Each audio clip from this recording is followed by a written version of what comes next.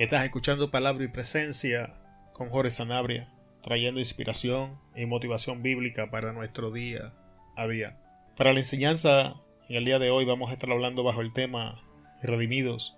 Vamos a encontrar la base bíblica en Efesios capítulo 1, versículo 7. En quien tenemos redención por su sangre, el perdón de pecados, según las riquezas de su gracia.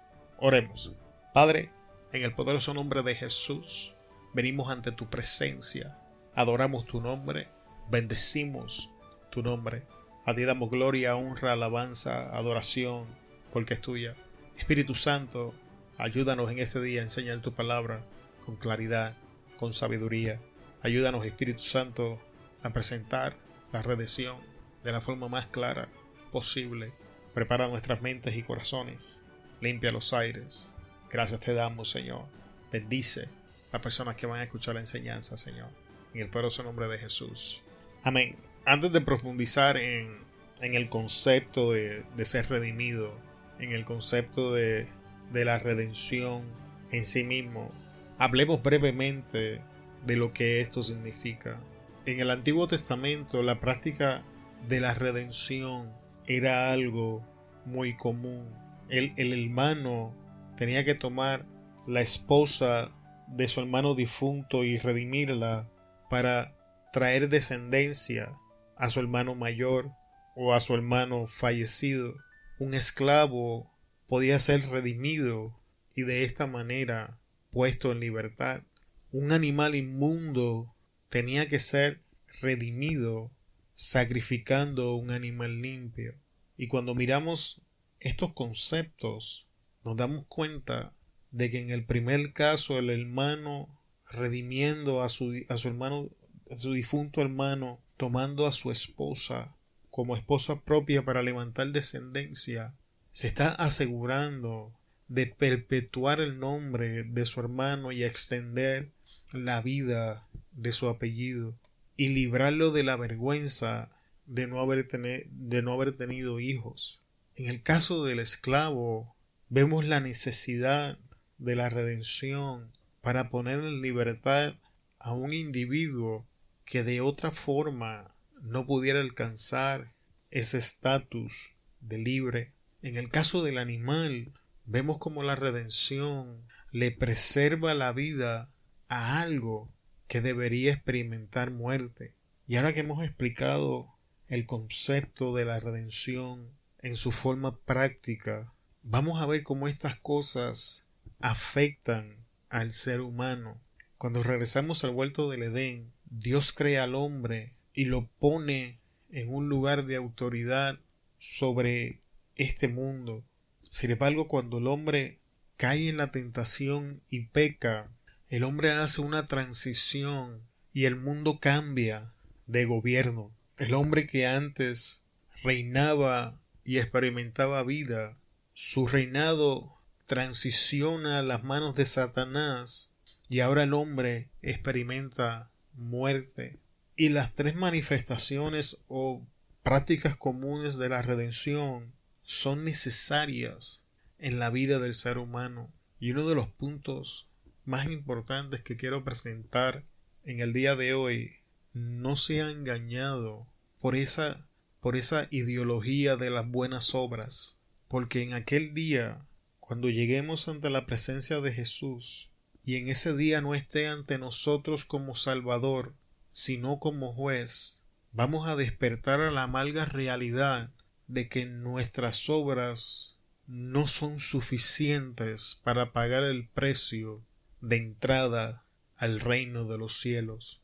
El concepto en sí mismo, aunque se escucha bonito y en ocasiones hasta espiritual, es una de las mentiras más mortales en la sociedad moderna en la que estamos viviendo y una de las máscaras más efectivas que el humanismo ha implementado en la sociedad actual. Constantemente repetimos: Dios es bueno. Y es cierto, Dios es bueno. Dios es bueno en gran manera. Dios es bueno mucho más allá de lo que nosotros podemos entender o comenzar a comprender. Dios es justo, Dios es limpio, Dios es santo. Pero ¿cuál es el problema con que Dios sea bueno? ¿Y qué tiene que ver esto con la necesidad de la redención? ¿O qué implica esto para aquellos que somos redimidos? Que Dios es bueno, nosotros no. El ser humano, desde Adán en adelante, es malo, está corrompido, se hizo inmundo. ¿Estás viendo el problema? Entonces, ¿cómo un Dios bueno, como un Dios santo, se va a relacionar con un hombre, con una criatura mala por naturaleza y corrompida? Tomemos por un momento una ilustración de Paul Washer cuando está hablando de este tema. Y Paul Washer abre su apertura bajo la misma expresión de que Dios es bueno. Y entonces para expresar o desarrollar su pensamiento, él usa esta ilustración de que tomemos esta imagen de un delincuente, de un criminal que tiene influencia económica, podemos decir, vamos a imaginar que es alguien de la mafia. Y entonces le informan que tienen un problema, que el juez que va a estar viendo el caso no es corrupto, es un juez bueno, es íntegro y es recto. Este mafioso o este delincuente va a estar aterrorizado porque no va a tener medios para manipular o para comprar al juez. No importa qué cosas él haga, no va a poder influenciar la naturaleza incorruptible del juez que va a estar viendo su caso, lo que le asegura que si es culpable va a recibir sentencia por ello. Cerramos el paréntesis de Paul Washer y regresamos a la ilustración. Y esto nos presenta claramente la situación de nosotros, el ser humano, con Dios. Dios es bueno, es incorruptible, es santo, es justo. Y significa que si Dios es bueno, no puede relacionarse con la maldad. Significa que si Dios es justo, tiene que juzgar y dictaminar sentencia sobre nuestro pecado. Significa que si Dios es incorruptible, no puede relacionarse con nuestra corrupción. Que si Dios es santo, no puede estar envuelto con nuestro pecado. Y este es precisamente el Dios ante el cual nos vamos a estar presentando para nuestro juicio final. Y espero que esta imagen que estoy presentando le ayude a ver la necesidad de la redención en nuestras vidas y nos ayude a disipar esta ideología de que las buenas obras van a ser suficientes para comprar un ticket de entrada o un boleto de entrada al reino de los cielos. Porque la Biblia nos dice en Isaías que nuestras obras de justicia son como un trapo de inmundicia ante la presencia de Dios. Me voy a tomar la libertad de traducir esto en mis propias palabras. Esto significa que nuestras mejores obras, esas obras de caridad de las que nosotros tantos hacemos alarde y nos sentimos orgullosos de ellas, son como una toalla sanitaria femenina para el tiempo de su menstruación. Así que tenemos que descartar que vamos a poder comprar nuestro boleto de entrada al cielo. Sin embargo, nuestro Dios nos ama tanto, de que conociendo la imposibilidad del hombre, entonces Dios hace una reunión consigo mismo, Padre, Hijo y Espíritu Santo. Y tras esta reunión, Dios establece cómo va a redimir al hombre. Y en el Antiguo Testamento, de hecho desde el huerto del Edén, Dios demuestra que la paga del pecado es muerte y da la primera sombra de justificación y redención en el huerto del Edén. Dice la Biblia que cuando Adán y Eva pecaron, se cosieron trajecitos de hojas de higos. Y tengo mucho que decir en cuanto a eso, pero lo vamos a resumir en que esos trajecitos de higos representan el esfuerzo humano por justificarse a sí mismo ante la presencia de Dios. Y la palabra nos enseña que Dios los rechazó y que los vistió de pieles de animales. Así que lo primero que tenemos que entender es que para la redención no podemos ser redimidos con obras ni medios que proceden de nuestras manos, que Dios solo va a aceptar los medios y la obra que Él ha determinado para la redención del hombre. Lo segundo es que para que el hombre sea redimido, alguien tiene que experimentar la muerte que le correspondía al hombre. En el huerto del Edén, 2 animales murieron, sufrieron la muerte del pecado para darle vida a Adán y a Eva. Lo que se convierte en el sistema de la ley más adelante, lo que nos lleva ahora al Nuevo Testamento y nos lleva a Cristo. La Biblia nos enseña que Jesús es el Cordero de Dios que quita el pecado del mundo. ¿Por qué digo esto? Porque Jesús muere por el pecado del mundo. La Biblia no me enseña que Jesús murió por unos pocos. Jesús murió para redimir al mundo, para poner salvación al alcance de todo aquel que en Él cree, de todo aquel que le reciba como su Salvador. Si usted quiere ver la brutalidad de la ira de Dios sobre una persona, por favor vaya y lea las horas finales de Cristo y va a ver la ira de Dios desatada en contra del pecado y las prácticas corrompidas del ser humano. Si nunca había entendido por qué Jesús pasó todo lo que pasó, espero que ahora pueda entender que Jesús estaba recibiendo en sí mismo toda la ira de Dios que corresponde al pecado del mundo. Cada azote, cada bofeteada, cada pedrada, cada maltrato verbal, cada espina, cada situación que Jesús pasó hasta el momento de su crucifixión es la imagen clara de lo que nosotros los seres humanos merecíamos de parte de Dios. Pero Jesús, por amor, para redimirnos, recibe la ira de Dios en Él. Y ahora el Cordero limpio muere para redimir al asno inmundo. Ahora el hermano mayor se asegura de que tengamos prole. Ahora Jesús se asegura de pagar el precio para que seamos puestos en libertad. Jesús se asegura, tomando en Él nuestra muerte, que nosotros tengamos vida.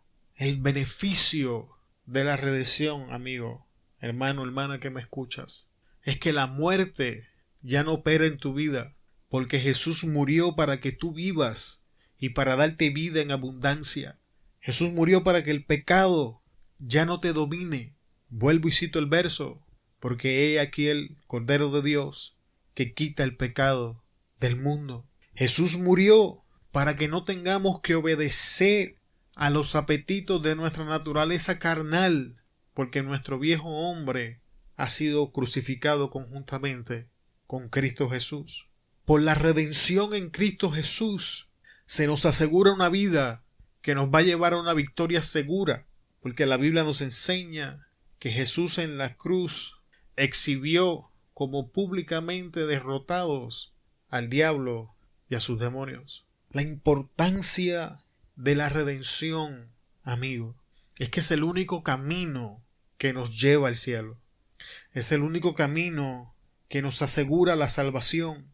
Es la única manera en la que nos podemos volver a relacionar con nuestro Padre Celestial. Es que en la redención Jesús tomó mi corrupción para hacerme incorruptible. Jesús tomó mi inmundicia para darme de su santidad. Jesús tomó mi maldad para impartir en Él su bondad. Jesús tomó mi muerte para impartir vida. Jesús limpia mi espíritu para que el Espíritu Santo pueda hacer morada en mi vida. ¿Estás viendo la importancia de la redención? Sin la redención no hay forma en que el hombre pueda relacionarse con Dios. Sin la redención permanecemos muertos en delitos y pecados, y nuestras obras no son suficientes. En este día yo te exhorto para que tú aceptes el recurso que Dios ha puesto a la disposición de todos los hombres, que es la salvación en Cristo Jesús. Amado, no hay otro camino, no hay otro camino. Jesús en toda la historia de la humanidad ha sido el único hombre que dijo: yo soy el camino, yo soy la verdad y la vida. Nadie viene al Padre si no es por mí. Y yo entiendo que nosotros los cristianos damos una mala representación de Cristo. Yo entiendo, y lo digo con vergüenza, porque también veo esa realidad en mi vida. Sin embargo, yo te exhorto a que pruebes a Cristo. Yo te exhorto a que trasciendas y entres a una relación con Cristo y descubras su amor, su hermosura, su voluntad para tu vida. Y entonces vas a entender lo que intento enseñar en el día de hoy. La redención, amado, es el único camino establecido por Dios. Dios proveyó absolutamente todo, y le dio al hombre la capacidad de elegir si acepta o no acepta este sacrificio. Muchos debaten en este punto. Sin embargo, cuando yo voy al libro de Génesis, antes de Dios hablar de salvación, le habla al hombre de toma de decisiones. Antes de Dios expresar su plan para salvar al hombre, le habla al hombre: de todo árbol del huerto puedes comer, menos del árbol de la ciencia del bien y del mal. Así que el evangelio es por gracia. Dios proveyó todos los medios y en su voluntad, entienda bien, en su voluntad, siendo soberano, Dios usó su soberanía para permitirle al hombre que elija dónde va a pasar la eternidad. La única manera de beneficiarnos de todos los privilegios de la redención es a través de Cristo Jesús. Es imposible hablar de redención sin hablar de Cristo Jesús. Es imposible alcanzar redención si no es a través de Cristo Jesús. Esta historia es de Cristo. Cristo es el protagonista de esta película. Nosotros somos los beneficiarios de lo que Jesús hizo. Muchas gracias por escucharnos hasta esta parte de la enseñanza. Te bendecimos en el poderoso nombre de Cristo Jesús. Te esperamos en el próximo episodio de Palabra y Presencia con Jorge Sanabria. Hasta luego.